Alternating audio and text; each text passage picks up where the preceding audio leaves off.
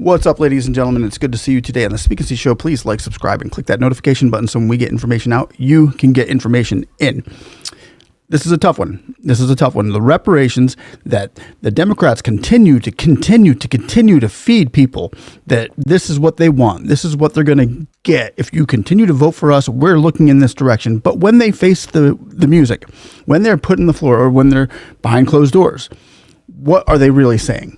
Wouldn't that be nice to know? Well, here, you're going to find out. So, like, subscribe, click that notification button once again, and check it out. So here we have Representative Gill, confronts the NPR CEO, Catherine Mayer, the National Public Radio.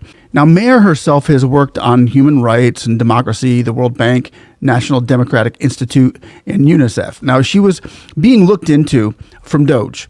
And a committee here, she went to a committee hearing and given the opportunity to promote what she has been, her ideology on her democratic ideology for reparations. And as she was taunting it, for her followers, and now given the biggest stage to actually address the world on reparations, she comes out and does this. I mean, in this case, you should let it all out. Be clear. Scream it to the mountaintops, I mean, this is literally her time to shine. So let's have a look at it, shall we? Ms. Maher, I want to start with you. Just generally, would you say you generally agree or disagree with the following statement? The history of all hitherto existing society is the history of class struggles? I would not say I agree with that, sir. You're not. That's good to hear. It's interesting because a lot of your thinking, as expressed by your public statements, is deeply infused with economic and cultural Marxism. Do you believe that America is addicted to white supremacy? I believe that I tweeted that, and as I've said earlier, I believe much of my thinking has evolved over the last half decade. It has evolved. Why did you tweet that? I don't recall the exact context, sir, so I wouldn't be able to say. Okay. Do you believe that America believes in black plunder and white democracy? I don't believe that, sir. You tweeted that in reference to a book you were reading at the time, apparently, The Case for Reparations. I don't think I've ever read that book, sir. You tweeted about it. You said you took a day off to fully read The Case for Reparations. You put that on Twitter in January of 2020. I apologize, I don't recall that I did. Okay. I'd no doubt that your tweet there is correct, but I don't recall. Okay, stop that right there for a second. Stop that right there. I just want to know, who reads an entire book, anybody, and doesn't remember reading it? Who reads a book and says, I don't remember reading it? I mean, I understand the tweet. I don't remember tweeting that I read it, but if I read a book, it's there. I know that book, and it sticks with me because that's part of, my argument to anything is the education that I've got and have, versed myself on. But who reads a book and says, I don't remember reading a book? I mean, that's just straight up gaslighting. That's just a lie. You never read that book. I mean, in my opinion. Let me know what you think, and we'll continue. Okay. Do you believe that white people inherently feel superior to other races? I do not. You don't? You tweeted something to that effect. You said, I grew up feeling superior. How white of me. Why did you tweet that? I think I was probably reflecting on what it was to grow up in an environment where I had lots of advantages. It sounds like you're saying that white people feel superior. I don't believe that anybody feels that way, sir. I was just reflecting on my own experiences. Do you think that white people should pay reparations? I have never said that, sir. Yes, you did. You said it in January of 2020. You tweeted, yes, the North, yes, all of us, yes, America, yes, our original collective sin and unpaid debt, yes, reparations, yes, on this day. I don't believe that was a reference to fiscal reparations, sir. What kind of reparations was it a reference to? I think it was just a reference to the idea that we all owe much to the people who came before us. That's a bizarre way to frame what you tweeted. So you can go back and replay that part if you want, but it clearly gives an eloquent picture here on how, let's be honest, the Democrats use this as a weaponization against their own people, their feelings, and how they feel, and they tug on these strings. It's the carrot in front of the horse's nose. But it's invisible. It's really not there. It's just not. Because as we can see here, where the rubber meets the road, they're willing to negate everything they've said. It literally deny everything that they've promoted to their voters, to their base, in front of a committee hearing. I mean, that's just like literally stating openly that, hey, I'm not serious about fiscal reparations whatsoever. Really. I might tweet it and let people think I am, but I'm not. So don't shoot the messenger here. I mean, don't be mad at the person exposing it. They play the reparations card. They play it for approval, for votes, for mental victories, or self-righteousness. That's just the card they play. And but when the moment comes to stake their claim and to bring it forth with some facts and boom, back it up. Let's talk about this. We're going to back it up. This is the outcome we get. This is what we see over and over and over again. So just tell me about, how you feel about what you're hearing here, and we'll continue this going. But let's just see how serious she is about reparations. Okay. How much reparations have you personally paid? Sir, I don't believe that I've ever paid reparations. Okay, it's just for everybody else. I'm not asking anyone Seems to pay to be what you're reparations, sir. suggesting. No skin in the game at all whatsoever. No substance to who she's portraying herself to be. There's nothing. It's empty. Come on, man.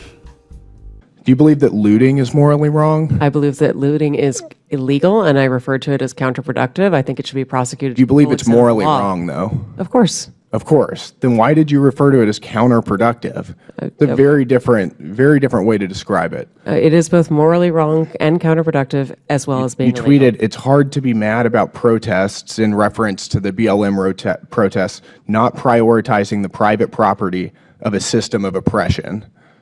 You didn't condemn the looting. You said that it was counterproductive.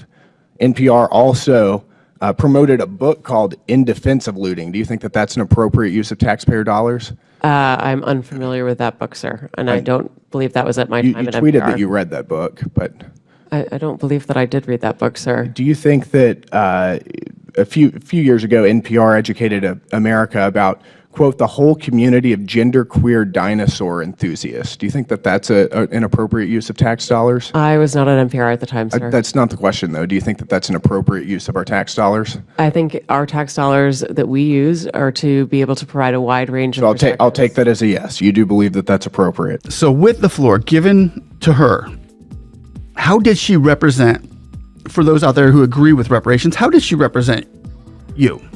The touting that she did before, and probably what you've heard, the gaslighting that you've heard, how did she represent? Really? Did she represent you at all? But did she stand firm on what she had advocated for in the open? We don't have to agree on everything, but give me the person who's going to give it to me straight, even if it's not what I like to hear, because if it hurts my feelings, okay, I can get over that. It hurt my feelings, but I can move forward. I mean, how can someone move forward if their chariot is attached to a horse with no legs? I mean, that's what we're seeing here, is who was attached to that chariot. Do they have a real engine pulling them forward, or is it just going to hold them in that, keep them in that still place, dormant forever? I'd hate to be there. Do you think civility is racist? No, sir. No. Your outlet ran an article entitled, quote, "When Civility is Used as a Cudgel Against People of Color." That was on All Things Considered. Would you like to explain? I'm not on the editorial side, sir. I'm not familiar with that story. You talk about how NPR is news. This is editorialization, and I'll read it. "For many people of color in the United States, civility isn't so much social lubricant as it is a vehicle for containing them, preventing social mobility, and preserving the status quo." This is garbage. I'll spend all of my time doing everything I can to ensure you guys never get another dollar of taxpayer funding. This is complete garbage. Thank you, Madam Chair. So, with that, let's go over it. There's arguments for and against reparations. So let's go over those arguments right now. And please feel free to chime in. So as we go over the arguments here, please, I'm reading it. I'm reading the most popular arguments that are out there. So it's not my personal view on this. but these are the most popular arguments out there. Let me know how you feel about it, because yours might be your argument, your case for it might be in here. It might not. And if it's not, please let us know below. And I would like to encourage everybody out there to read the comments below, because this is how we find common ground on things like this. So the arguments against reparations for slavery include the difficulty of implementation, the potential for further division, the idea that current generations shouldn't be held accountable for past actions, and the difficulty of determining who is eligible and how much they would receive. So let's do a quick breakdown of the arguments against reparations. Okay, first, the practical difficulties we're going to go over. The tracing of lineages. Okay, so it's identifying the descendants of the enslaved people, and determining eligibility for reparations can be extremely challenging, especially given the passage of time, the complexities of family histories. Okay, now determining the amount is the second one here. Deciding on how much reparations should be paid and how they should be distributed is a complex issue with no easy answers. Okay, do you agree with these two things or not? Now we're going to go over the cost. Now, the cost of reparations could be astronomical, potentially straining the national budget and leading to increased taxes. Now, would you be willing to pay that? Would you be willing to concur with this or not? Let me know below. The implementation, the logistics of implementing a reparations program, including establishing eligibility criteria, determining payment methods, and ensuring fair distribution would be incredibly complex. And the ethical concerns that many have on these are this. One is collective guilt. Some argue that it's unfair to hold current generations responsible for the actions of their ancestors, and that reparations could be seen as a form of a collective punishment. Now we go into reverse discrimination. Opponents argue that reparations could be seen as a form of reverse discrimination, potentially creating a resentment and a division. Next, the focus on individual responsibility. Some argue that individuals should be judged on their own merits, and that focusing on reparations could detract from efforts to address systematic inequalities through other means. The next is political divisiveness. Yeah, there's a lot of that. Further division. Reparations could further polarize the country along racial lines, as some people may feel that they're being unfairly targeted.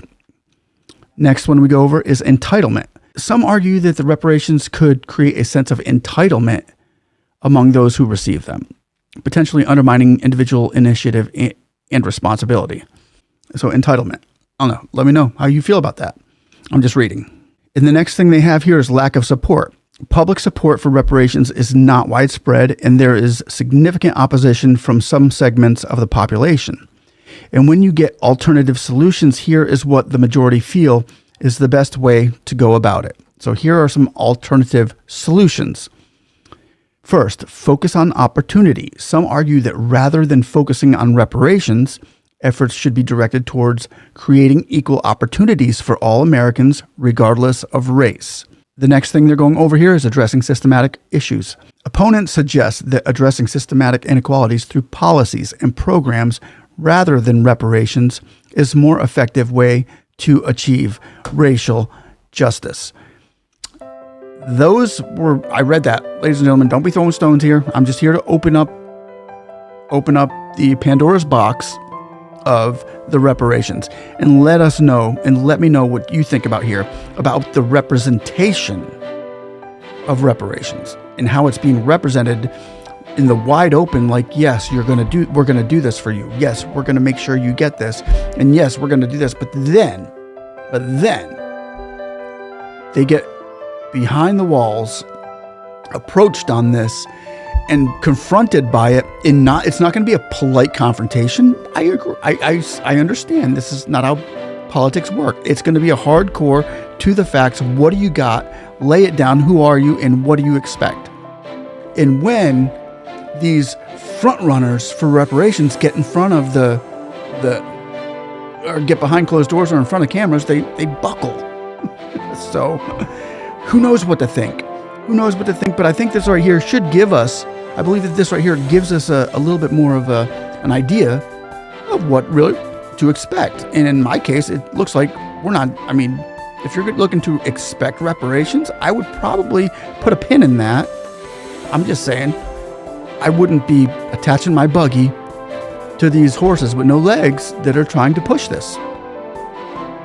Maybe sooner or later, maybe one day the world will come up with it. Maybe some AI can figure it out. Who knows? But right now, the people just can't seem to figure it out.